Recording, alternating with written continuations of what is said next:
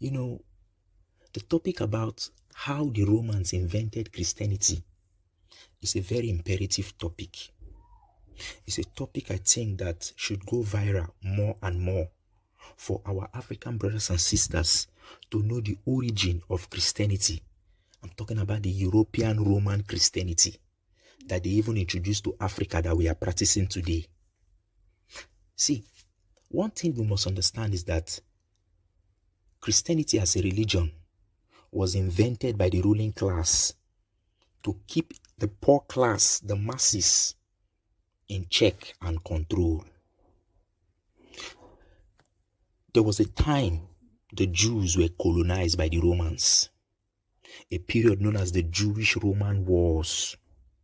Judea, where the Jews are, was a colony of Rome. Egypt was a colony of Rome and other colonies in the world. Now, the Jews received a prophecy that a warlike Messiah will come someday to free them from their bondage. When they received this prophecy in their temples in Judea, they became rebellious against Rome. They stopped paying their tax. They refused to remain submissive. And they refused to recognize the Roman emperor or the Roman Caesar as a god. It is a tradition and it is constitutionally believed in Rome that for your religion to be accepted, that you must recognize the Roman Caesar or emperor during that time as a god in your temple. The Jews refuse to do so, so they keep rebelling against Rome. Now, during the period of Emperor Nero decided to crush the Jews, attack their rebellion. Now, before I go further, I must tell you, the Jews in Judea formed a movement known as the Jewish Messianic movement. This was the movement that they strategically kept in place so that when the warlike Messiah comes, he will follow through that movement and conquer the oppressors of the Jews, that is the Romans. So this movement was what they used to rebel against Rome. Now, during the time of Emperor Nero felt that these people needed to be crushed. He decided to call his two most outstanding military generals, that is General Vespasian and General Titus, father and son. He told them to go to Judea, go there and crush the rebellious Jews, totally conquer them. Now, General Vespasian and his son, General Titus, moved to Judea. They crushed the rebellious Jews and they conquered them. But something happened. The Jews refused to stop. They keep on rebelling against Rome. They keep on fighting the Roman soldiers. They stop paying their tax. No matter how you maltreat them, they said they will not pay their tax. Now, General Vespasian and General Titus belong to a family called the Flavian family. In fact, there are three major figures in the Flavian family: General Vespasian, General Titus, and Domitian. These are the three most outstanding figures in the Flavian family. Now, during when the Jews were rebelling against Rome, there was political instability in Rome. That is internal political instability coupled with the external rebellion from the Jews in Judea. So the Roman Senate passed a vote of no confidence against Emperor Nero. That is to say, he should vacate his position as the emperor of Rome. Out of frustration and depression, Emperor Nero committed suicide. Now, General Vespasian got the news that the throne is vacant. He went to Rome. He became the new emperor of Rome. His son, General Titus, got the information that his father is now the emperor of Rome. He now ordered the Jews in Judea to call him the son of a god.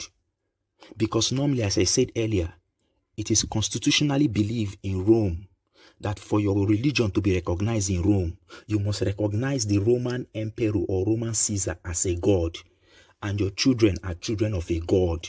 So General Titus told the Jews that they should call him the son of God, but they refused. he massacred them. There was a pogrom, a slaughter. Now, in one of these massacres in Judea, he captured a Jewish historian, that is General Titus, captured a Jewish historian known as Josephus bar Matthias. Now, he took Josephus bar Matthias to Rome, employed him as his advisor, gave him rooms in the palace, made him one of the Romans in the royalty level.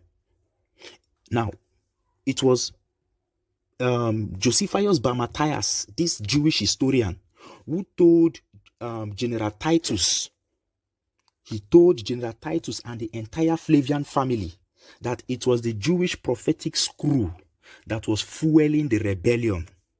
That it is that prophecy that stated that a warlike Messiah will come someday to liberate the Jews from Roman bondage. That is the particular document, that is the particular prophecy that is fueling the rebellion. Now, General Titus went to Judea, invaded Judea, crushed the Jews. This was the largest massacre. This was the largest massacre carried out by the Romans, the Flavian family in Rome, against the Jews. They entered their temples, they took their screws and they destroyed them, except for one that they did not destroy. And that is the prophetic screw that stipulated that a warlike Messiah will come someday to free the Jews from Roman slavery. When they got hold of that particular prophetic screw, they studied it. Now, the solution was to invent a new form of Judaism, a Judaism that the Messiah is peaceful, not warlike, like the ones the Jews are waiting to come. So they had to invent a new Judaism called Christianity. Now, for them to be able to form Christianity, they must write gospels. Gospels that they said was preached by this person they call Jesus, by this particular peace-loving Messiah. Now, the Romans had families in different of their territories that are tax collectors. Now, in Judea, they have families that are tax collectors. They call them the Herod's family. In Egypt, the Flavian family in Rome, they also have tax collectors there. They call them the Alexanders. Now, the tax collectors, that is the Alexanders in Egypt, provided Egyptian mythology of a dying and resurrecting Christ, which is Horus. They presented Egyptian mythology and spirituality to the Flavian family. The Flavian family had to copy those stories. Josephus bar Matthias had to copy those stories of a dying and resurrecting Christ recorded in ancient Egyptian spirituality. From there, they started writing the New Testament. The names you see on the Gnostic Gospels, Matthew, John, Mark, Luke, those names never existed. The people in those names, they don't exist. They never existed. There was nobody in history known as Matthew that wrote the book of Matthew. John, Luke, Mark, those people never existed. They are just mere figures, mere fictional figures invented by Josephus bar Matthias and the Flavian family, because they were in control of the printing press. They were in control of the media.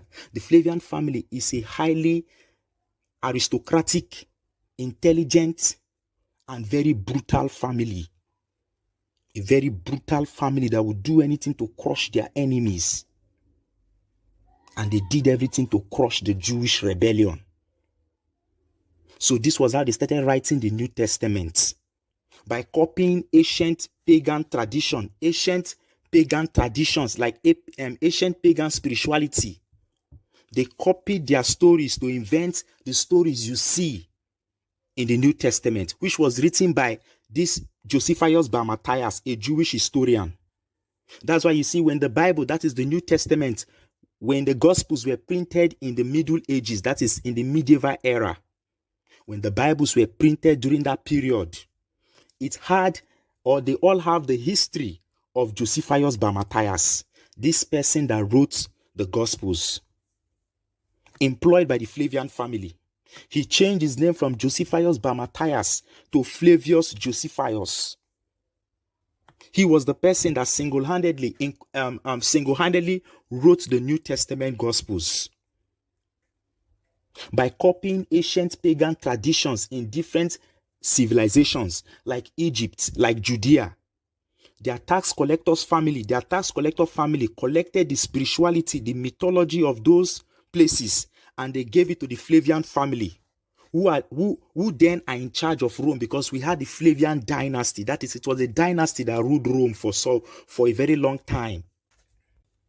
Now, after writing the New Testament Gospels, they presented it to the Jews that this is the original document of a Messiah. Some of the Jews believed everything in the New Testament, that the Messiah came, that it was the Jews who killed the Messiah. That is why you see that in the New Testament, everything in the New Testament seems to be giving Rome more recognition, more respect, while all the evil things are pushed to the Jews. That it was the Jews who masterminded the death of Jesus. So they had to write a gospel.